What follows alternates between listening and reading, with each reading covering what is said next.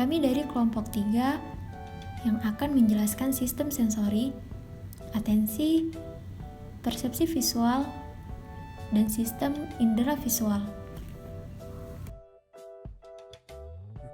Baik, saya akan menjelaskan bagian pertama dari tugas kelompok kami, yaitu sistem sensorik. Sistem saraf sensorik adalah bagian dari sistem saraf yang bertanggung jawab untuk memproses informasi sensorik, yang terdiri dari neuron sensorik, termasuk sel reseptor sensorik, jalur saraf, dan bagian otak yang terlibat dalam persepsi sensorik. Sistem sensorik yang dikenal secara umum adalah untuk penglihatan, pendengaran, sentuhan, pengecapan, penciuman, dan keseimbangan. Sistem sensorik adalah termasuk dalam bagian dari sistem perifer atau saraf hati, yaitu sistem somatik yang bertugas menerima rangsangan internal dan juga eksternal. Berfungsi juga mengantarkan informasi mengenai rangsangan luar dari alat indera ke pusat otak kita, supaya kita sadar akan bermacam-macam rasa sakit, tekanan, dan suhu. Di sini terdapat beberapa rangsangan atau stimulus yang kemudian diterima oleh reseptor indera kita dan kemudian menjadi satu perasaan atau sensitivitas. Sistem sensorik berfungsi untuk mengetahui adanya bahaya atau ancaman berhubungan dengan penglihatan, pendengaran, perabaan, baik perasaan rasa nyeri, rasa dingin, rasa panas, rasa raba, dan lain-lain. Dan juga penciuman kita. Sistem ini mendeteksi rangsang tertentu dengan spesifik, namun ada yang mengalami sinestesia, yang berarti proses perubahan makna yang terjadi sebagai akibat pertukaran tanggapan antara dua indera yang berbeda. Sebagai contoh, pada pasangan kata menatap tajam, terjadi pertukaran fungsi indera penglihatan yang diwakili kata menatap dengan fungsi indera peraba yang diwakili kata tajam.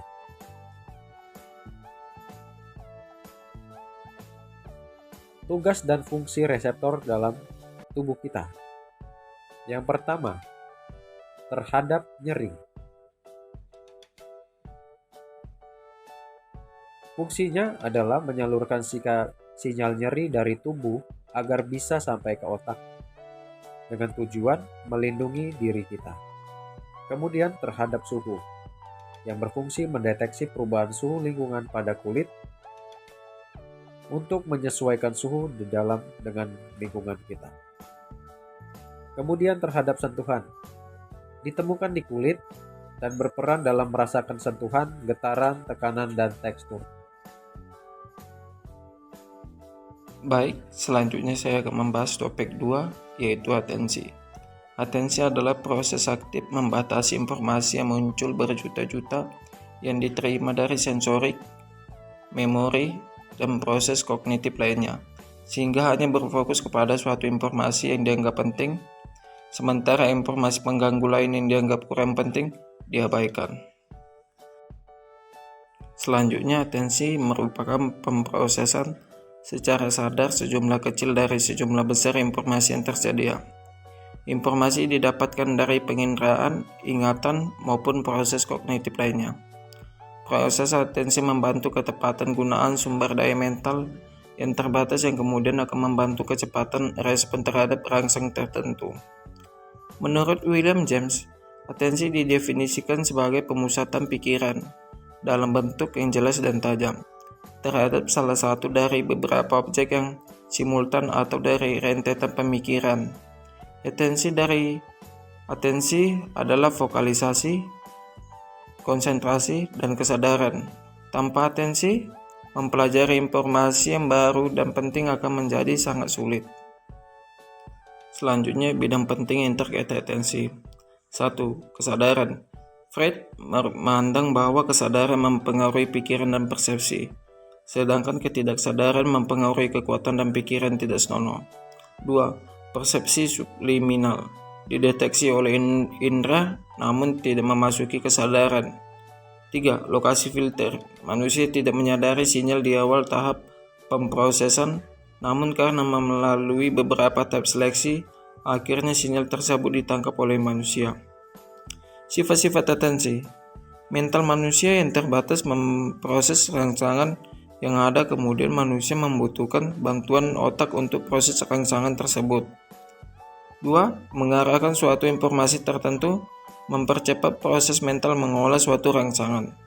3. Semakin tua seorang manusia, maka semakin atensinya akan semakin tinggi. Untuk yang ketiga adalah persepsi visual. Persepsi visual adalah proses penerimaan dan penginterpretasian rangsang visual dari luar melalui indera penglihatan. Rangsang tersebut akan masuk melalui mata dan diolah dengan dasar pengetahuan yang telah dimiliki. Pengetahuan tersebut dapat berupa pengenalan huruf, simbol, ataupun kode-kode tertentu.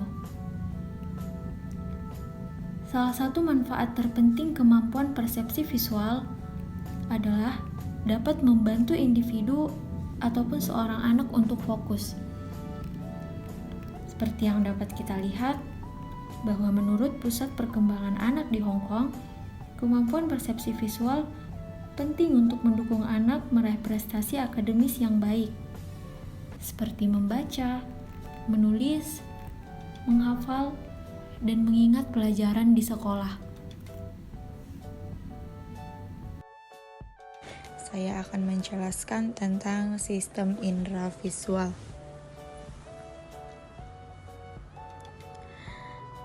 Sistem indera visual adalah bagian dari sistem indera yaitu mata. Mencakup mata, jalur penghubung menuju korteks visual dan bagian lainnya di otak atau sistem penglihatan manusia. Panca indera penglihatan berfungsi saat cahaya diproses oleh mata dan ditafsirkan oleh otak. Cahaya melewati kornea, kemudian pupil akan membesar maupun mengecil untuk mengatur jumlah cahaya yang masuk ke mata. Sudut iridokorneal terletak di antara iris, kornea, dan korpus ciliaris, merupakan tempat drainase aqueous dari mata melalui jalinan trabekula. Mata terdiri dari suatu lapisan luar keras yang transparan di anterior atau kornea dan opak di posterior atau sklera. Otot-otot ekstraokuler melekat pada sklera, sementara saraf optik meninggalkan sklera di posterior melalui lempeng cribriformis. Di antara iris, lensa, korpus siliar terdapat bilik mata posterior. Sekian penjelasan kami dari kelompok 3. Untuk segala kekurangan video tersebut kami memohon maaf. Terima kasih.